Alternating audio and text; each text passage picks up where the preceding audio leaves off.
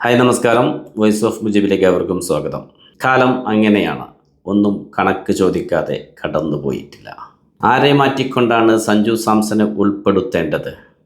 അഭിഷേക് ശർമ്മയെയോ തിലക് വർമ്മയെയോ? ആര് ചോദിച്ചു, എവിടെ ചോദിച്ചു, കൂടുതൽ വിശദീകരിക്കേണ്ട ആവശ്യമില്ല. ലോകകപ്പിൻ്റെ വേദിയിൽ പത്രക്കാരുടെ മുന്നിൽ അത്തരമൊരു ചോദ്യം ചോദിച്ച ക്യാപ്റ്റൻ സൂര്യകുമാർ യാദവ് അയാളെ ഇന്ന് ഇന്ത്യൻ ടീമിൽ നിന്ന് പടിയടച്ച് പിണ്ടം വെച്ചിരിക്കുന്നു. ക്യാപ്റ്റൻ സ്ഥാനവും ടീമിലെ സ്ഥാനവും ഒരുമിച്ച് നഷ്ടപ്പെടുന്നു സൂര്യകുമാർ യാദവിന്. ജൂൺ 26-28 തീയതികളിൽ നടക്കാൻ പോകുന്ന അയർലൻഡിനെതിരെയുള്ള T20 മത്സരങ്ങൾക്കുള്ള ടീമിനെ പ്രഖ്യാപിക്കുമ്പോൾ ആ ടീം ലിസ്റ്റിൽ സൂര്യകുമാർ യാദവിൻ്റെ പേരില്ല. എന്നാൽ ആ 15 ലിസ്റ്റിൽ വിക്കറ്റ് കീപ്പർ ബാറ്ററായിക്കൊണ്ട് സഞ്ജു സാംസൺ ഉണ്ട് താനും. പക്ഷേ സത്യത്തിൽ സഞ്ജു സാംസന് ക്യാപ്റ്റൻ സ്ഥാനം പ്രതീക്ഷിക്കപ്പെട്ടതായിരുന്നു. ഏറെക്കുറെ ഉറപ്പായ സഞ്ജു സാംസന്റെ ക്യാപ്റ്റൻ സ്ഥാനം അവസാന നിമിഷത്തിലാണ് ശ്രേയസ് അയ്യരിലേക്ക് എത്തുന്നത്. അതിൻ്റെ പിറകിൽ പ്രവർത്തിച്ച കറുത്ത കരങ്ങൾ അജിത് അഗാർക്കർ എന്ന ആൾ തന്നെയാണ്. ഗൗതം ഗംഭീർ അവസാന നിമിഷം വരെ സഞ്ജു സാംസന് വേണ്ടി സംസാരിച്ചതാണ്, വാദിച്ചതാണ്. പക്ഷേ അജിത് അഗാർക്കർ ഒരിക്കലും വിട്ടുകൊടുക്കാൻ തയ്യാറായിരുന്നില്ല. അതുകൊണ്ട് തന്നെ ക്യാപ്റ്റൻ സ്ഥാനം ശ്രേയസ് അയ്യരിലേക്കും വൈസ് ക്യാപ്റ്റൻ സ്ഥാനം അക്സർ പട്ടേലിൽ നിന്ന് തിലക് വർമ്മയിലേക്കും കൈമാറുന്നു. എങ്കിൽ പോലും ടീമിൽ ഇടം പിടിക്കാൻ സഞ്ജു സാംസന് കഴിഞ്ഞിട്ടുണ്ട്. സഞ്ജു സാംസൺ ഇല്ലാതെ ഒരു T20 ഈ അടുത്ത കാലത്ത് ഇനി പ്രഖ്യാപിക്കാൻ ഇന്ത്യൻ സെലക്ടർമാർക്ക് ധൈര്യം വരില്ല എന്ന് നമുക്ക് ഉറപ്പിക്കാം. കാരണം അത്തരത്തിലുള്ള ഒരു പ്രകടനമാണ് സഞ്ജു സാംസൺ വേൾഡ് കപ്പിൽ അടയാളപ്പെടുത്തിയിരിക്കുന്നത്. എത്ര തലമുറകൾ മാറിയാലും ഒരിക്കലും മറക്കാനിടയില്ലാത്ത ഒരു രേഖപ്പെടുത്തൽ തന്നെയാണ് കഴിഞ്ഞ വേൾഡ് കപ്പിൽ സഞ്ജു സാംസൺ അടയാളപ്പെടുത്തി വെച്ചത്. കാരണം സ്വന്തം നാട്ടിൽ നടക്കുന്ന വേൾഡ് കപ്പിൽ സെമിയിലേക്ക് പോലും എത്തില്ലെന്ന് കരുതിയെടുത്ത് നിന്നാണ് മികവുറ്റ പ്രകടനത്തിലൂടെ ടീമിനെ ഫൈനലിലേക്കും അവിടെ നിന്ന് കിരീടത്തിലേക്കുമെല്ലാം നയിച്ചത്. പലാവർത്തി നമ്മളത് പറഞ്ഞതാണ്. പക്ഷേ വീണ്ടും വീണ്ടും നമ്മളെ കൊണ്ടത് പറയിപ്പിക്കുകയാണ് ഇന്ത്യൻ സെലക്ടർമാർ, പ്രത്യേകിച്ച് അജിത് അഗാർക്കറെ പോലുള്ള വ്യക്തികൾ. ക്രിക്കറ്റിൻ്റെ പല മുതിർന്ന കളിക്കാരുമെല്ലാം സഞ്ജു സാംസൺ ക്യാപ്റ്റൻ സ്ഥാനത്തേക്ക് വരണമെന്ന് ആഗ്രഹിച്ചതാണ്, വരണമെന്ന് പറഞ്ഞതാണ്. കോച്ച് ഗൗതം ഗംഭീറും സഞ്ജു സാംസന് വേണ്ടി അവസാന നിമിഷം വരെ സംസാരിച്ചതാണ്.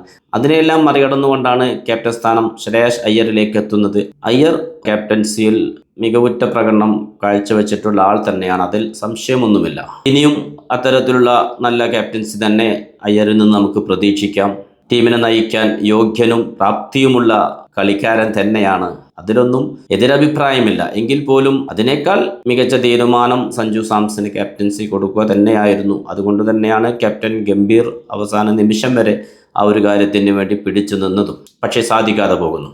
എങ്കിൽ പോലും അയർലൻഡിനെതിരെ 15 ലിസ്റ്റ് പ്രഖ്യാപിക്കുമ്പോൾ ശുഭപ്രതീക്ഷ നൽകുന്ന ലിസ്റ്റ് തന്നെയാണ്, അതിൽ തർക്കമൊന്നുമില്ല. സഞ്ജു സാംസണെയും ഹാർദിക് പാണ്ഡ്യയെയും ക്യാപ്റ്റൻസി കാൻഡിഡേറ്റായി കണ്ടുകൊണ്ടുള്ള ഒരു 30 ലിസ്റ്റ് ഏഷ്യൻ ഗെയിംസിന് വേണ്ടി ഇതിനു മുമ്പ് പ്രഖ്യാപിച്ചിരുന്നു. അതവിടെ തന്നെയുണ്ട്.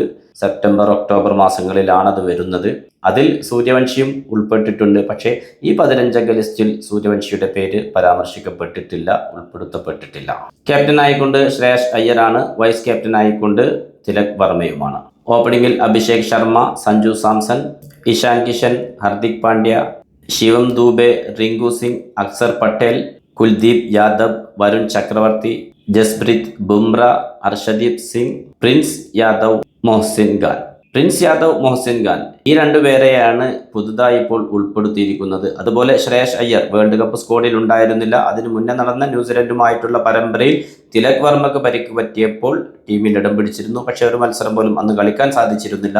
അപ്പോൾ പുതുതായി ലിസ്റ്റിലേക്ക് വന്നിട്ടുള്ളത് പ്രിൻസ് യാദവും മൊഹ്സിൻ ഖാനുമാണ്. ആ രണ്ട് ബൗളർമാരെ ഉൾപ്പെടുത്തിയതിൽ യാതൊരു തെറ്റുമില്ല. രണ്ട് ബൗളർമാരും കഴിഞ്ഞ IPL-ൽ അത്യുജ്വല പ്രകടനമാണ് കാഴ്ചവെച്ചിട്ടുള്ളത്. മൊഹ്സിൻ ഖാൻ 5 വിക്കറ്റ് നേടിയിരുന്നു. അതുപോലെ പ്രിൻസ് യാദവ് മികച്ച പ്രകടനം തന്നെയാണ് കാഴ്ചവെച്ചത്.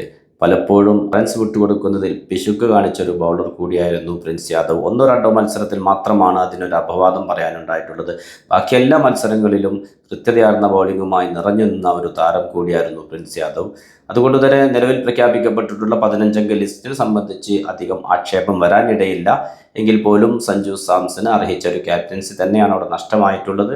പക്ഷേ പ്രതീക്ഷിക്കാം, ഇനി സഞ്ജു സാംസണും അതുപോലെ തന്നെ ഹർദിക് പാണ്ഡ്യയും ഈ വരാൻ പോകുന്ന ഏഷ്യൻ ഗെയിംസ് ആ സമയത്ത് തന്നെയാണ് വെസ്റ്റ് ഇൻഡീസുമായിട്ടുള്ള മത്സരം നടക്കാൻ പോകുന്നതും. അതുകൊണ്ട് തന്നെ ആ സമയത്ത് 2 ടീമുകളെ തന്നെ പ്രഖ്യാപിക്കുമെന്നതിൽ യാതൊരു തർക്കവുമില്ല. ഒരു ടീമിൻ്റെ ക്യാപ്റ്റനായിട്ട് സഞ്ജു സാംസൺ ഉണ്ടാകും എന്ന് നമുക്ക് പ്രതീക്ഷിക്കാം. കൂടുതൽ ക്രിക്കറ്റ് വിശേഷങ്ങളുമായി നിങ്ങളിലേക്ക് വീണ്ടും എത്തും. നിങ്ങളുടെ സ്വന്തം വോയിസ് ഓഫ് മുജീബ്. ചാനൽ ആദ്യമായി കാണുന്നവർ സബ്സ്ക്രൈബ് ചെയ്യുക, ലൈക്ക് ചെയ്യുക, നിങ്ങളുടെ അഭിപ്രായങ്ങൾ കമൻറ്റായി രേഖപ്പെടുത്തുക.